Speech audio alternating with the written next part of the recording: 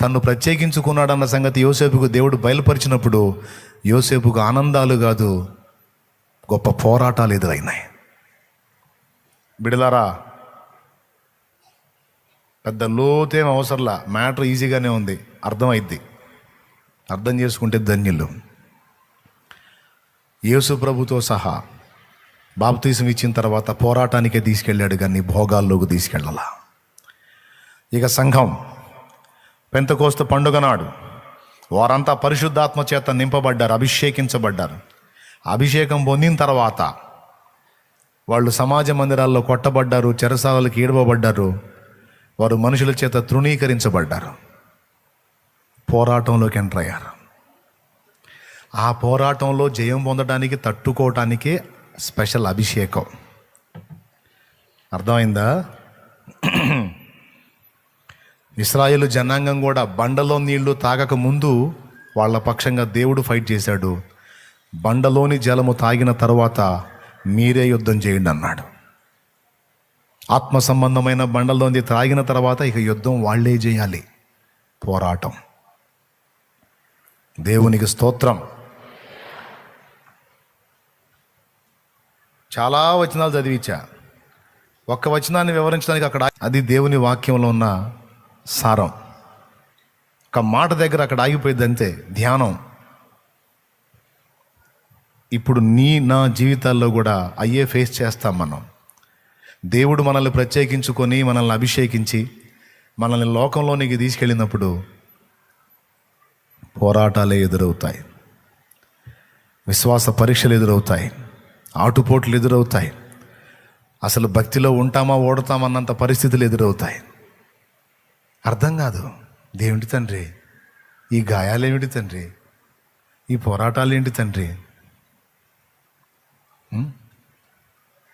ఏంటయ్యా? మిగిలిన వారికి నీకు వేరియేషన్ ఏం లేదు. వారు ఏ అనుభవాల్లో గుండా ప్రయాణం చేశారో మీరు కూడా అదే అనుభవాల్లో గుండా ప్రయాణం చేయాలి. ఎందుకంటే మహిమలో మీరు కూడా వారితో పాలివారు కావాలి, భాగస్థులు కావాలి. అనుభవాల్లో గుండా నేను మిమ్మల్ని నడిపిస్తున్నాను. దావీదుకున్న పోరాటాలు నాకు వద్దు అంటే ఓకే, తీసేస్తాడు. కానీ దావీదుకు దక్కిన మహిమ నీకు దక్కదు. యోసేపుకున్న పోరాటాలు నాకు వద్దంటే తీసేస్తాడు. డోంట్ వరీ, ఇబ్బంది ఏం పడడు. ఓకే, బ్రేక్ అంటాడు, ఇక నీకే నొప్పి ఉండదు. కానీ యోసేపుకు వచ్చిన మహిమ నీకు రాదు. కొన్ని అధ్యాయాలే యోసేపు కేటాయించబడ్డాయి బైబిల్లో, కొన్ని అధ్యాయాలే దావీదు కేటాయించబడ్డాయి బైబిల్లో, పుస్తకాలే కేటాయించబడ్డాయి. రూతుకున్న బాధలు నాకు వద్దు అంటే రూతుకు దక్కిన మహిమ నీకు దక్కదు. ఎస్తేరుకు వచ్చిన బాధ నాకు వద్దు అనుకుంటే ఎస్తేరుకు దక్కిన మహిమ నీకు దక్కదు. కోరుకో.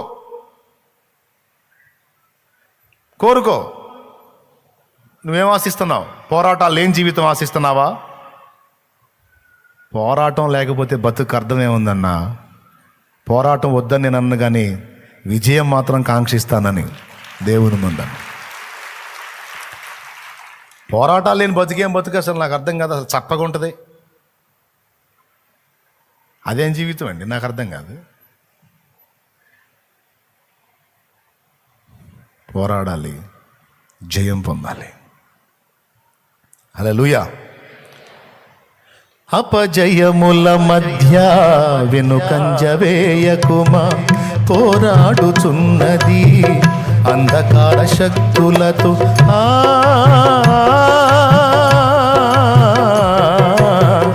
అపజయముల మధ్య వెనుకంజ వేయకుమా, పోరాడుచున్నది అంధకార శక్తులతో. దేవుడిచ్చు సర్వాంగ కవచమును ధరించుకొని స్తుతియాగము చేయుచు, జయమే ఊపిరిగా గురి యొద్దకే సాగిపో, జయమే ఊపిరిగా గురి యొద్దకే సాగిపో. ప్రాణమా నాలో తొందర పడకుమా, ప్రాణమా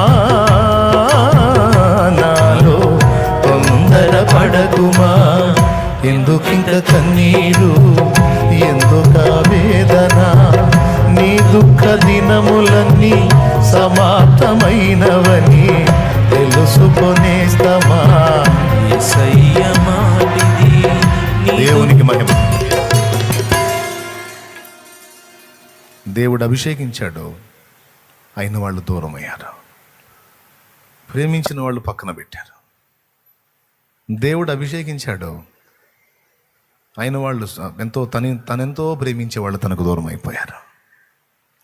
తను ఎరగని ఊహించని అనుభవాల్లోకి వెళ్ళిపోయారు భక్తులు.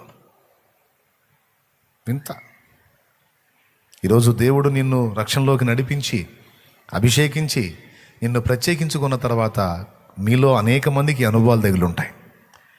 ఇదేమిటి తండ్రి, అంతకుముందు బాగున్నారు, ఇప్పుడేందున ఆయన అందరు శత్రువులుగా మారిపోయారు, అంతా రివర్స్ అయిపోయింది ఏంది తండ్రి, ఏందినైనా నా జీవితం.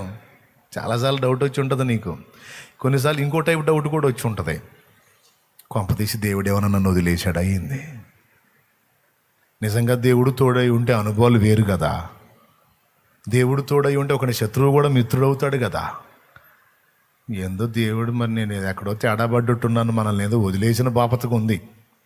నో, మిత్రుడు శత్రువు అవుతాడన్నది కూడా ఒకటి ఉంది బైబిల్లో. దేవుడు మన పక్షం వహిస్తే. అప్పటిదాకా సమీపస్తులుగా ఉన్నవాళ్ళు పోరాటంలోకి ఎంటర్ అయినప్పుడు వ్యతిరేకులుగా మారే అవకాశం ఉంటుంది. సో డోంట్ వరీ, నిన్నేం దేవుడు వదిలేలా, నువ్వు దేవుని చేతిలోనే ఉన్నావు. నువ్వు ప్రేమించిన వాళ్ళు, నిన్ను ప్రేమించిన వాళ్ళు నీకు దూరం అయ్యారని నువ్వేం కలత చెందాల్సిన అవసరం లేదు. దేవుడు నిన్ను వదిలేస్తే ఈ అనుభవాలు కాదు, దేవుడు నీ చెయ్యి పట్టుకున్నాడు గనుక ఈ అనుభవాలు. కలత చెందాల్సిన అవసరం లేదు, కృంగిపోవాల్సిన అవసరం అంతకన్నా లేదు. Don't worry.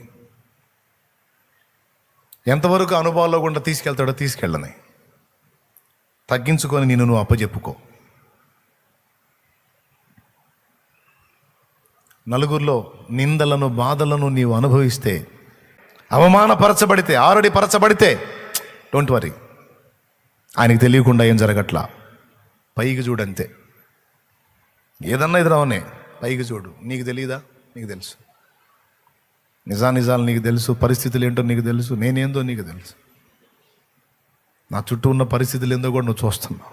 నీకే స్తోత్రం. సో నన్ను ఇలా ఈ పోరాటాల్లో గుండా, ఇలాంటి అనుభవాల్లో గుండా తీసుకెళ్ళటం నీ చిత్తమైంది, నీకే స్తోత్రం. భక్తులు అదే చేశారు. ఆయన వచ్చి నా మీద నూనె పోయటం ఏందో, ఆ తర్వాత నా పరిస్థితులు ఇలా మారిపోవటం ఏంటో, ఏంటి దేవా. పాపం కొండల్లో గుట్టల్లో సౌలు రాజు సైన్యాన్ని వేసుకొని తిరుగుతున్నాడు ఒక మనిషి కోసం, ఒక్కడి కోసం. ఎవరు ఆ ఒక్కడో? ఆ ఒక్కడిని చంపటానికి, ఆ పసి ప్రాణాన్ని తీయటానికి, ఆ యవనస్తుడిని చంపటానికి. యుద్ధరంగంలో కాకలు తీరిన వాడు ఈట తీసుకొని గుంపును వేసుకొని అడవిని జల్లెడబడుతున్నాడు. ఎలా ఉంటుందండి ఆ గుండె? కనీసం అరే మేము ఉన్నావురా, 6 ఉన్నావురా, నీతో పాటు నిన్ను వెన్నంటి కాసుకుంటావురా, మేము నీ అన్నలమయ్యా, దేవుడు నిన్ను కోరుకుంటే మాకు ఇంక అంతకంటే సంతోషం ఏముందయ్యా, మేము నీ చుట్టూ ఉండి నిన్ను కాచుకుంటామని అన్నల 6 ఆయన చుట్టూ ఉన్నట్టేమన్నా ఉందా? ఎప్పుడన్నా ఒకసారి ఫలానా దగ్గరికి వచ్చాడంటే వచ్చి పలకరించిపోయి ఉండొచ్చు. కానీ ఒంటరి పక్షి, ఒంటరి గువ్వ, ఒంటరి గువ్వనై విలపించు సమయాన